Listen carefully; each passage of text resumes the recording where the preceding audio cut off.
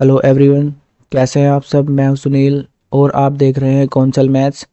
दोस्तों, इस वीडियो में हम शुरू करने वाले हैं सीटेट 2015 का प्रीवियस ईयर क्वेश्चन पेपर। और इस वीडियो में हम ईवीएस के 15 महत्वपूर्ण प्रश्नों को लेंगे। तो ये पेपर आपका हुआ था 20 सितंबर 2015 में। तो चलिए देखते हैं पहला प्रश्न है हमारे पास। पर्यावरण अध्ययन की प्रकृति निम्नलिखित का समर्थन नहीं करती है। तो इस बात का आपको ध्यान रखना है। इसमें पूछ रहे हैं कि निम्नलिखित का समर्थन नहीं करती हैं। बच्चे कम गलतियां करें। ऑप्शन है हमारे पास बच्चे कम गलतियां करें, बच्चों को करके सीखने का अवसर मिले, बच्चे बहुत से प्रश्न पूछें, बच्चों को खोज करने का पर्याप्त स्थान मिले। तो नहीं पूछ रहे हैं, तो ऑप्शन नंबर ए इसमें हमारा करेक्ट आंसर है, बच्चे कम गलतियां करें। अगला प्रश्न है हमारे पास। एक शिक्षिका ने कक्षा 4 के शिक्षार्थियों को पढ़ाने के लिए ये पौधे अंतर्वस्तु का चयन किया। उसने सीखने के लिए निम्नलिखित अवसर प्रदान किए। समूहों में पंक्तियों का संग्रह करना, पंक्तियों का के आकार, स्वरूप और अन्य विशेषताओं पर चर्चा करना, अपना वनस्पति संग्रहालय बनाना। तो ये कह रहे हैं कि इस प्रकार की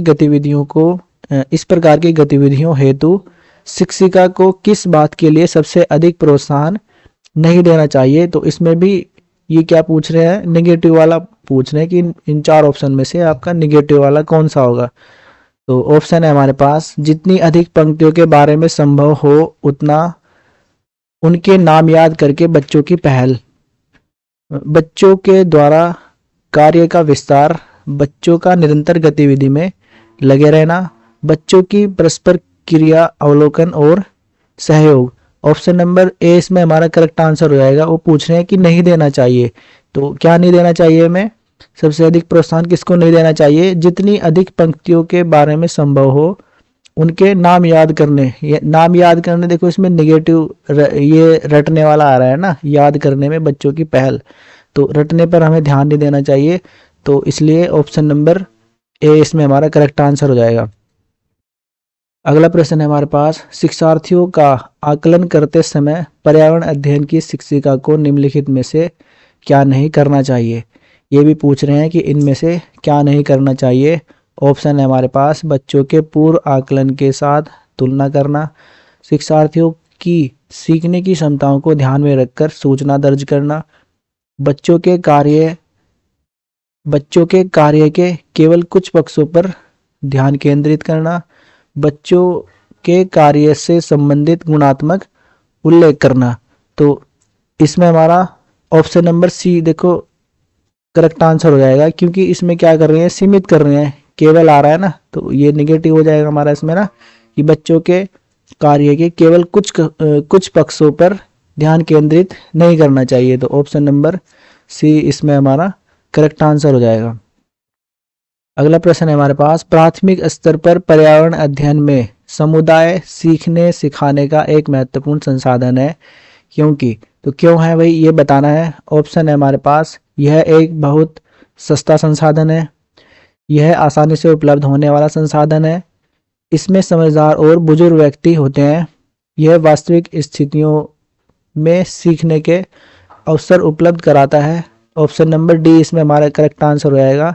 पॉजिटिव वर्ड मिल रहा है कि ये अवसर, सीखने के अवसर उपलब्ध करा रहा है, ठीक है, इसलिए क्या है, ये महत्वपूर्ण संसाधन है। तो ऑप्शन नंबर डी इसमें हमारा करेक्ट आंसर हो जाएगा। तो अगला प्रश्न है हमारे पास। गुरप्रीत पहली बार रेलगाड़ी से नई दिल्ली से चेन्नई गया। कहाँ से, नई दिल्ली से चेन्नई गया। अपनी रेल यात्रा में उसकी गाड़ी के द्वारा निम्नलिखित में से किस नदी को पार करने की संभावना नहीं है।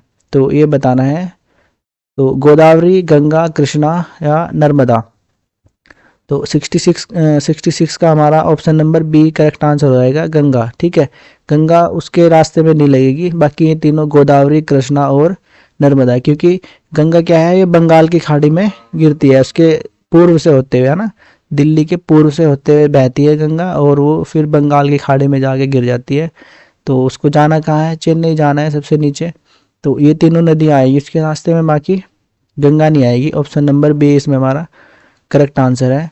67 का है हमारे पास, हमारे देश में निम्नलिखित स्थानों में से कौन सा ठंडा रेगिस्तान, यानी ठंडा रेगिस्तान जैसलमेर, ये ऑप्शन है हमारे पास जैसलमेर है, लद्दाख है, मेघालय या दार्जिलिंग। तो 67 का ऑप्शन नंबर बी इसमें हमारा करेक्ट आंसर है, लद्दाख। लद्दाख को क्या कहते हैं, ठंडा रेगिस्तान। अगला प्रश्न है हमारे पास, कक्षा 5 की पर्यावरण अध्ययन की पाठ्य पुस्तक का एक पाठ है ना, 5 की ईवीएस की जो बुक है उसका एक पार्ट दे रखा है, उसी से ठंडा उसी से गर्म। तो ये डॉक्टर जाकिर हुसैन द्वारा लिखी गई एक कहानी है। उन्होंने बच्चों के लिए ऐसी कहानियां लिखी हैं। अपनी मृत्यु के समय वे क्या थे, जब उनकी मृत्यु हुई तो उस टाइम पे वो क्या थे, ये बताना है। तो इसमें वो थे भारत के राष्ट्रपति। ऑप्शन नंबर सी इसमें हमारा करेक्ट आंसर हो जाएगा।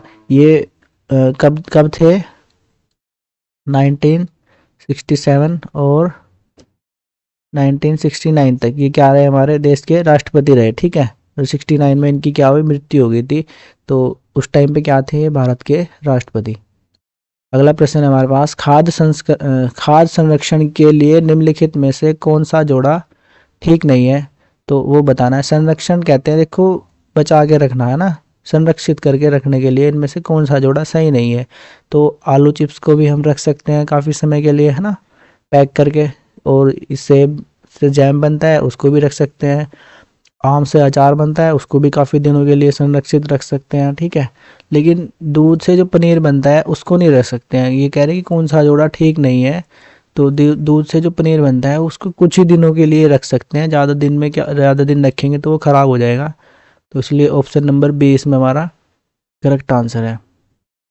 अगला प्रश्न है हमारे पास, घरों के नीचे दी गई विशिष्टताओं पर विचार कीजिए। निचली मंजिल में कोई खिड़की नहीं, पेड़ के तनों की लकड़ी से बने ढालू, पत्थर के खंभों पर जमीन से लगभग 10-12 फुट की ऊंचाई पर बने घर, पत्थर, गारा और चूने से बनी मोटी दीवारें, लकड़ी के फर्श। तो ये पूछ रहे हैं इसमें कि लेह और लद्दाख के घरों में ऊपर दी गई ये कौन सी विशेषता दे रखी है, लद्दाख के घरों की विशेषताएं दे रखी हैं। तो कौन सी विशिष्टताएं पाई जाती हैं उनमें से ये बताना है कि लद्दाख में जो घर होते हैं उनमें से कौन सी विशिष्टताएं पाई जाती हैं। तो देखो ऑप्शन नंबर ए इसमें हमारा सही है ना, निचली मंजिलों में कोई खिड़की नहीं, लद्दाख में जो घर होते हैं वहाँ पे कोई खिड़की नहीं होती है, तो ये भी करेक्ट है हमारा। उसके बाद पेड़ के तनों की लकड़ी से बने ढालो, तो ये हमारा गलत ऑप्शन है, इसमें पेड़ की तनों से नहीं बनती उनकी छतें ना। और पत्थर के खंभों पर जमीन से लगभग 10-12 फुट ऊंचाई पर बने घर, ये भी नहीं होता है, ये वहाँ पे होता है जहाँ पे अधिक वर्षा होती है। ये कहाँ पे होते हैं, हमारी असम में। तो असम में बनते हैं इस तरह के घर ना, वो पत्थर के खंभों से नहीं बनते, लेकिन वो भी बांस के डंडों से बनते हैं। ठीक है, तो दोनों ऑप्शन गलत हैं। पत्थर, गारा, चूने से बनी मोटी दीवारें, तो ये डी हमारा करेक्ट है इसमें आंसर। और लकड़ी के फर्श, ये भी करेक्ट है, लकड़ी के फर्श होते हैं, क्योंकि अगर वो पत्थर के फर्श बनाएंगे तो वहाँ पे तो बर्फ ऑलरेडी होती है, तो वो ज़्यादा ठंडे रहेंगे, तो लकड़ी इनको ज़्यादा ठंड नहीं लगती, तो इस वजह से लकड़ी के फर्श होते हैं वहाँ पे ना। तो ए डी और ई ऑप्शन नंबर सी इसमें हमारा करेक्ट आंसर हो जाएगा, ए डी और ई। अगला प्रश्न है हमारे पास, निम्नलिखित का अध्ययन कीजिए। कौवा पेड़ की ऊंची डाल पर घोंसला बनाता है, इस घोंसले को बनने में कई प्रकार की चीजें, यहाँ तक कि लकड़ी की शाखाएं और लोहे के तार भी होते हैं। एक चालाक पक्षी भी है घोंसला, ये कह रहे हैं कि एक चालाक पक्षी भी है जो घोंसला नहीं बनाता और कौवे के घोंसले में अंडे दे देता है। बेचारा कौवा अपने अंडों के साथ इन अंडों को भी सेता है। तो ये बताना है इनमें से कौन सा ऐसा पक्षी है, यह पक्षी कौन सा है इनमें से जो कौवे के घोंसले में अंडे देता है। ये आपको सभी को पता होगा, ऑप्शन नंबर सी इसमें हमारा करेक्ट आंसर है। कौन सा है भाई, वो कोयल। कोयल क्या करती है, कौवे के जो घोंसला होता है उसमें ही अपने अंडे देती है। तो ऑप्शन नंबर सी इसमें हमारा करेक्ट आंसर है।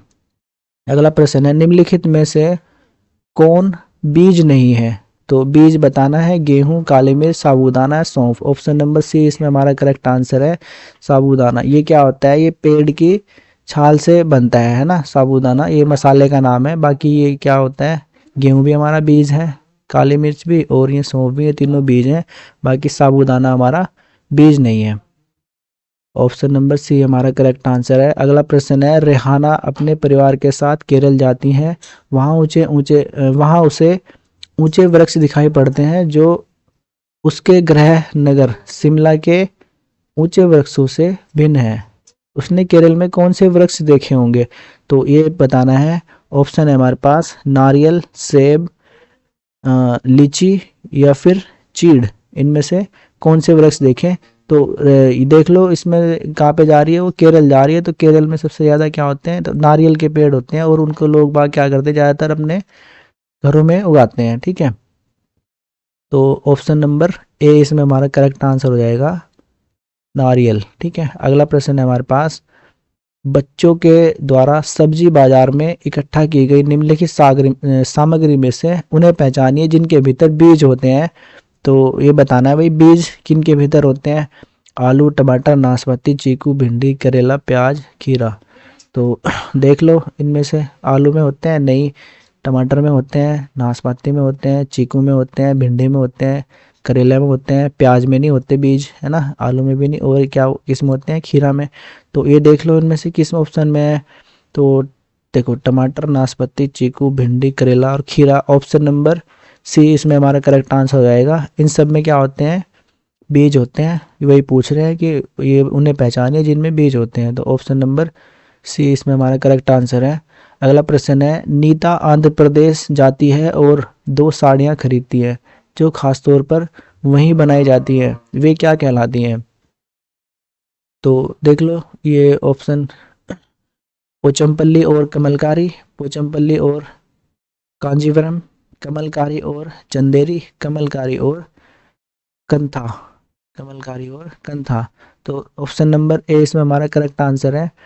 आंध्र प्रदेश जा रही है तो आंध्र प्रदेश में और 2 साड़ियाँ खरीदती हैं जो खास तौर पर बनाई जाती हैं, वे क्या कहते हैं, उनको क्या बोलते हैं भाई, पोचमपल्ली और क्या कहते हैं, कमलकारी। तो ऑप्शन नंबर ए इसमें हमारा करेक्ट आंसर है।